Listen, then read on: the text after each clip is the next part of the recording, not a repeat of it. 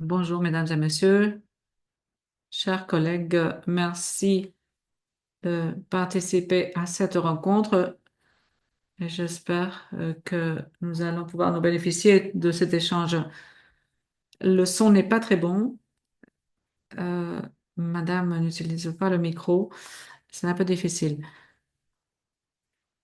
Nous souhaitons bien sûr bénéficier de ces espaces, mais nous devons donc les adapter aux nouvelles situations. Nous avons une présentation pour ce faire et je vais passer la parole à ma collègue qui est technicienne de la ville de Varsovie et qui est conservatrice des monuments. Donc, vous avez la parole et vous pouvez commencer la présentation. Merci. Le son va mieux maintenant. Merci. Oui, merci.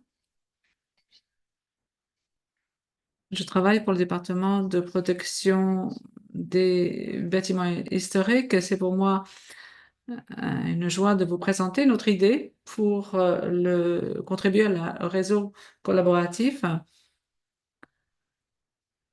Et comme vient de dire Majnovna, il s'agit d'adapter les bâtiments historiques au changement climatique. Prochaine diapo. Est-ce que quelqu'un peut passer la diapo? Merci. Les habitants de la ville craignent de nombreux impacts. L'impact de ces catastrophes naturelles sont souvent des sécheresses, des inondations, des changements abrupts de température. Toutes ces mesures ou des mesures doivent être adoptées afin de pouvoir protéger les habitants de notre ville. Nous souhaitons également protéger ces monuments, mais nous devons les adapter aux situations actuelles. Ce sont normalement des impacts climatiques qui fragilisent ces monuments. Comme vous pouvez le voir, la grande majorité de nos changements climatiques non seulement ont un impact sur les bâtiments, sur le bâti, mais également sur les habitants de la ville. Comme vous le savez sans doute, la grande majorité de la population vit dans les villes et actuellement, euh, euh, nous heurtons à un manque d'efficacité lors de l'utilisation des ressources énergétiques. Par exemple, la Varsovie, la capitale de la Pologne, nous avons pu constater que plus de 70% des émissions à effet de serre découlent du chauffage et de la climatisation. Et c'est pour cette raison que nous devons orienter nos mesures et désormais, nous savons quelles sont les voies à suivre. Oui, Michel, vous avez la parole. Oui, il existe beaucoup de dangers qui ont un impact sur le patrimoine bâti dans notre région, plus particulièrement. Et il y a euh, des températures élevées et il y a une surchauffe de nos centres-villes. Nous essayons de atténuer cette chaleur à l'aide de différents outils. Bien sûr, il est indispensable de prévoir de l'ombre et des espaces verts qui rafraîchissent les quartiers. Mais hélas, ces températures si élevées ne peuvent pas être réduites, mais nous pouvons essayer bien sûr de atténuer l'impact que cela a sur nos vies. Du point de vue du patrimoine bâti, et si nous devons évoquer le changement climatique dans nos villes, nous avons pu constater qu'il faut absolument nous adapter à ces changements. Il faut également prévoir l'atténuation de ces impacts non seulement sur l'héritage, le patrimoine bâti, mais la vie qui se déroule au centre. Ces principaux dangers sont combattus, bien sûr, mais nous nous heurtons à des températures élevées. Nous avons également des pluies torrentielles, des inondations. Nous l'avons constaté que c'est le cas également dans d'autres pays, en Italie l'année dernière, en Pologne l'année dernière, en Allemagne, la République tchèque, euh, en Autriche. Il y a des inondations qui ont un impact majeur sur tout notre patrimoine artistique. Les pluies torrentielles vont déboucher sur des inondations de nos fleuves et ces dangers, parmi ces dangers, nous avons également des vents violents qui peuvent avoir un double impact. C'est-à-dire, d'une part, cela va entraîner des dégâts dans les infrastructures, mais également cela a un impact sur notre vie. Comme je viens de le mentionner, nous ne pouvons pas les éliminer, mais nous pouvons mitiger ou atténuer l'impact que cela pourrait avoir sur nos quotidiens, sur notre quotidien et sur les infrastructures et l'impact que cela pourrait avoir sur le bâti. Et il faut donc mieux adresser ce type de problème. Les principales caractéristiques de bâtiments résilients sont d'être imperméables, qu'ils soient et qu'il y ait une durabilité, une isolation thermique, c'est-à-dire euh, que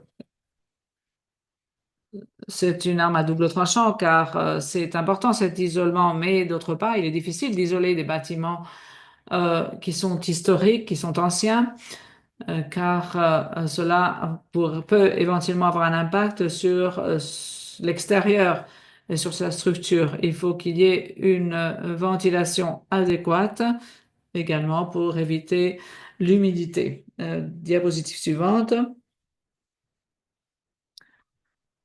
Si nous parlons de changement climatique, il ne faut pas oublier que l'adaptation de ces bâtiments est vitale. Il faudra donc nous pencher sur les changements. Il faudra adapter notre bâti non seulement par rapport à la situation, mais également il faudra voir comment restaurer ces bâtiments et il faudra travailler sur les autres éléments qui peuvent avoir un impact sur l'architecture.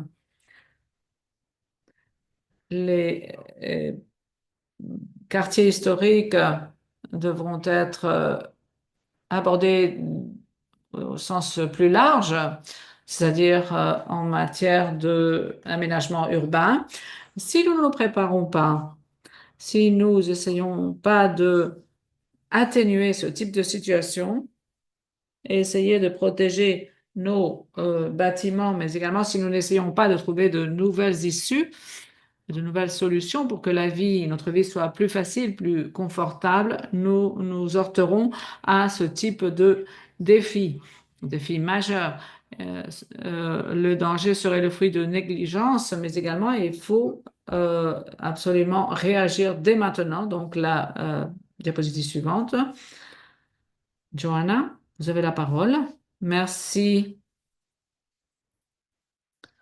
Comme cela vient d'être mentionné par Michael, nous souhaiterions partager avec vous des bonnes pratiques mises en place dans la ville de Varsovie. Nous avons également publié des études sur la restauration. Nous avons également prévu de prévoir des standards, des normes en matière de réhabilitation verte, c'est-à-dire que nous, pour les nouveaux bâtis, nous avons prévu la rénovation de certains bâtis anciens, mais également de réparer et de rénover une grande partie de nos bâtiments selon cette nouvelle réglementation sur la rénovation de façon écologique et de façon verte. Nous souhaiterions partager avec vous quelques connaissances en tant qu'experts. Nous avons des experts, des techniciens qui ont des expériences à l'échelle internationale et nous souhaiterions vous demander de bien vouloir euh, inviter les autres experts d'autres pays pour qu'ils puissent travailler main dans la main avec nous. L'un des grands défis, bien sûr, est le financement de ce type de rénovation, de ce type d'action que nous souhaitons entreprendre. Nous aimerions également aborder le financement et nous aimerions également partager avec vous quelques exemples concernant ce volet qu'est le financement. La diapositive suivante, est-ce que je peux ajouter quelque chose? Oui, simplement pour ajouter quelque chose que vous avez dit. Lorsque nous réparons ces réglementations sur la rénovation verte, c'est-à-dire que nous essayons de prévoir prévoir quelles seraient les valeurs plus importantes, c'est le patrimoine, l'histoire, le symbole que cela représente, mais également cela évoque d'anciennes technologies, donc les anciennes technologies, donc toute la signification que renferment ces bâtiments présente une valeur particulière. Je sais qu'il y a des défis auxquels nous heurtons, c'est-à-dire que nous essayons d'adapter ces anciens bâtiments non seulement au changement climatique, mais également, euh, et j'irai plus loin, pour les personnes à handicap, pour que ces personnes puissent accéder plus facilement à ce type de bâtiment. Donc, il s'agit donc de partager au mieux ces patrimoines, de le protéger cela d'une part. Et d'autre part, nous nous heurtons bien sûr aux nouvelles technologies qui peuvent également nous fournir de nouvelles opportunités. Oui, bien sûr. C'est vrai que la rénovation de ces bâtiments historiques doit être abordée au travers de différentes approches. Il ne faut pas oublier qu'il ne s'agit pas uniquement de questions techniques, mais de personnes, d'individus qui habitent dans ces bâtiments. Il y a des individus qui se heurtent à des problèmes physiques et doivent pouvoir profiter de ces bâtiments. Oui, c'est la thématique de la priorité. C'est vrai que c'est un thème qui requiert des solutions sur mesure. D'après notre parcours, nous avons pu constater que dans de nombreux domaines de la gestion de la ville, il y a un manque de connaissances et un manque de échange de connaissances. Ceci est de mise pour les organisations municipales, mais également pour d'autres organisations comme des gouvernements locaux. Euh, le flux de connaissances et l'échange de connaissances est un élément majeur sur la route vers la rénovation de bâtiments historiques.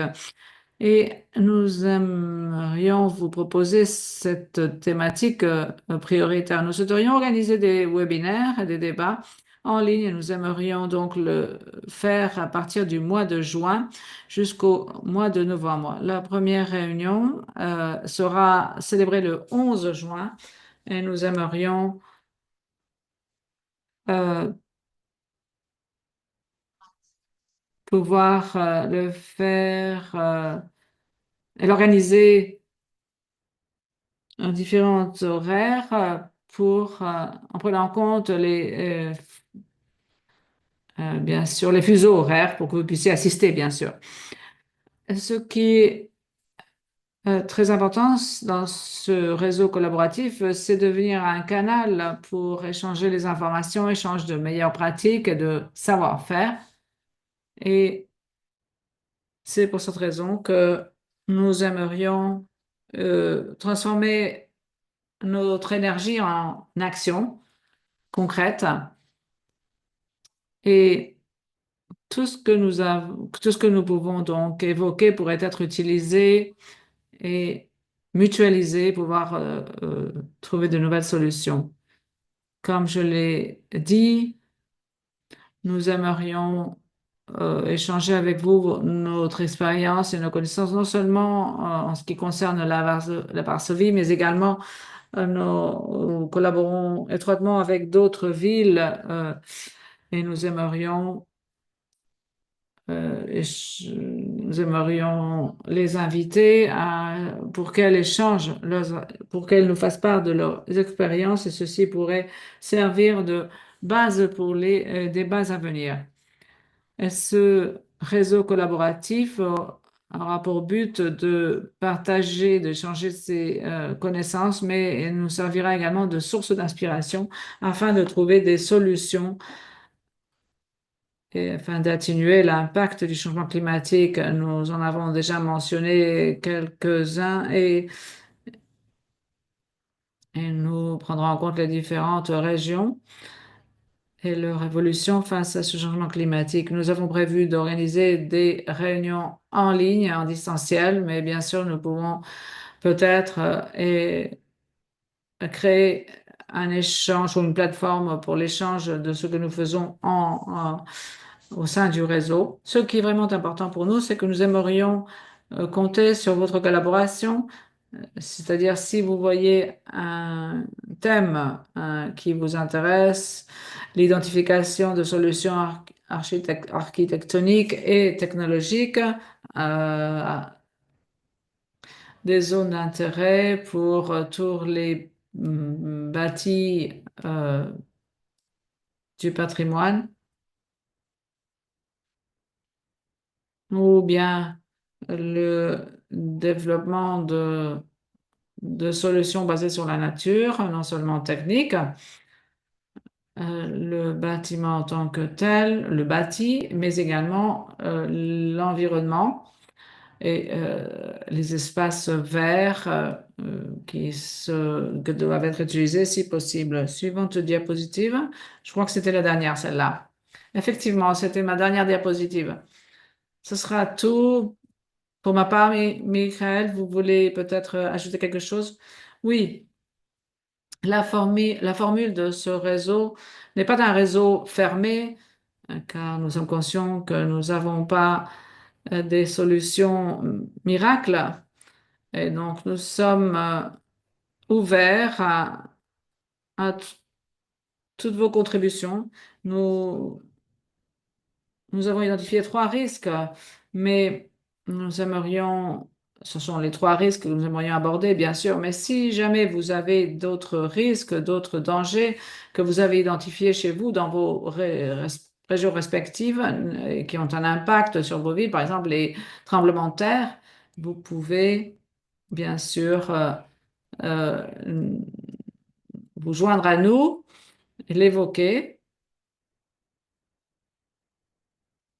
Donc, nous souhaitons commencer par l'échelle urbaine, mais nous prétendons aller jusqu'aux petits détails techniques et ce sera positif non seulement pour ces trois dangers, mais également pour d'autres dangers pouvant exister chez vous. Donc, nous ne visons pas uniquement les bâtiments, mais également les quartiers, l'environnement, c'est-à-dire essayer d'atténuer l'impact du changement climatique et nous souhaiterions que cela se fasse de façon plus horizontale en essayant de protéger les quartiers et essayer de le faire d'une façon plus facile, plus aimable et que les quartiers soient plus habitables et qu'ils puissent compter sur leur patrimoine bâti. Donc, n'hésitez pas à vous joindre à notre réseau collaboratif et j'espère que nous allons tous ensemble pouvoir trouver des solutions efficaces afin de pouvoir aborder ce changement climatique. Merci.